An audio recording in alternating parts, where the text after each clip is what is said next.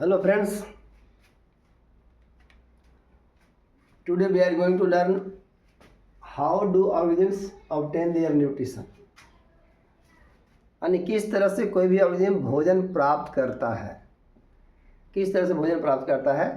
तो यहाँ एग्जाम्पल है, भोजन प्राप्त करने का तरीका सबका अलग अलग है। हमारे पास नेचर ने, ये जो डेवलप लाइफ फॉर्म है उनके पास नेचर ने हाथ दिया है या कोई दूसरा साधन दिया उसको पकड़ने के लिए, फूड को कैप्चर करने के लिए।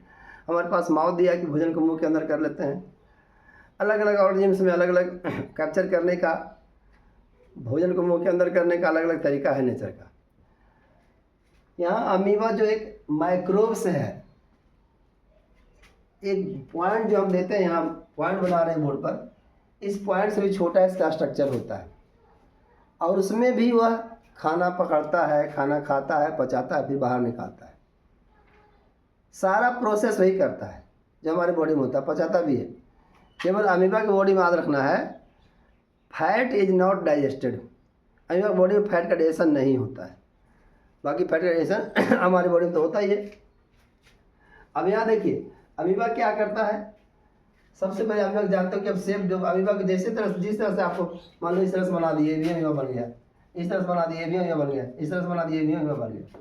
किसी तरह से आपका जो हाथ घूमता है कॉपी पर या बोर्ड पर कहीं भी, ऑल आर अमीबा। अमीबा कोई शेप नहीं होता, ये आप जानते हो, बचपन से ही पढ़ते आ रहे हो।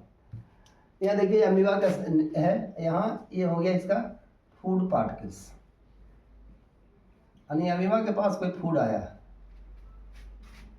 तो वहाँ से उसका सेल मेम्ब्रेन थोड़ा अंदर धंसने लगता है और जब अंदर धंसेगा कुछ हिस्सा तो कुछ हिस्सा बाहर निकलेगा।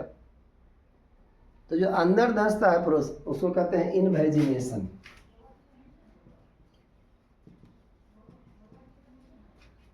और जो बाहर निकलता है दैट इज कॉल्ड एक्सवेजिनेशन। एक्सवेजिनेशन तो ये हो गया सीडोपोडिया जो बाहर निकल गया।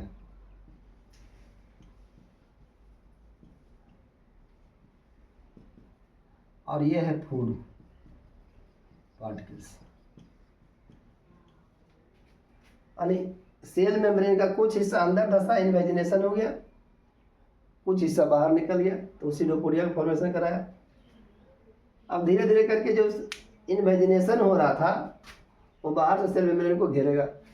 क्योंकि आप पढ़ चुके हो 9th क्लास में भी, प्रीवियस क्लासेस में भी, कि cell membrane are regenerable membrane. Cell membrane टूट सकता है, जुड़ सकता है, अपने आप ये प्रोसेस, नेचुरल प्रोसेस में होते रहता है। तो सेल मेम्ब्रेन रीजनरेबल होता है, आपने पढ़ा। तब यहाँ देखिए इसको भोजन इमेनेट करेगा, भोजन को इसको घेर लेगा चारों तरफ से। अब ये देखिए है, ये बड़ी फूड पार्टिकल्स बीच में आ गया और इसके चारों तरफ बन गया ये फूड वैक्यूल। फूड वैक्यूल यानी फर्स्ट स्टेप में फूड आया उसके पास, सेकेंड स्टेप में फूड को कैप्चर करना शुरू किया सेल मेम्ब्रेन को अंदर करके और सीडोपोडिया को बाहर निकाल करके। थर्ड में फूड वैक्यूल बना, इसके अंदर फूड वैक्यूल ही, अब हम उसी के अंदर भोजन का डाइजेशन होता है। सिर्फ फूड वैक्यूल के अंदर भोजन का डाइजेशन।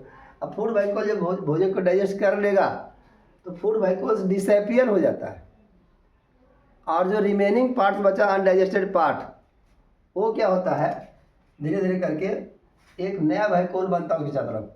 माने यहाँ इस तरह से, ये मान लो ये अनडाइजेस्टेड फूड है। अब ये जो वैक्यूल बना, this is called contractile vacuole. यहाँ है रिमेन्स फूड,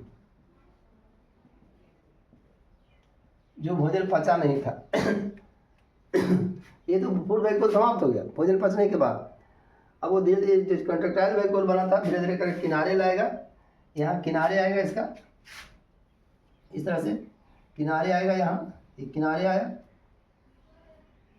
और ये बॉन्ड इसका टूटेगा, इसको बाहर निकाल देगा और फिर से ये जुड़ जाता है। जैसे था वैसे हो गया। तो लास्ट फिगर में केवल आपको दिखाया गया है कि जैसे था नॉर्मल कंडीशन में वापस आ गया, लेकिन बीच में दो प्रोसेस होता है। अनडाइजेस्टेड फूड को कॉन्ट्रैक्टाइल वैक्यूल घेरता है और फिर भोजन बाहर निकल जाता है, अनडाइजेस्टेड जो पार्ट है वो।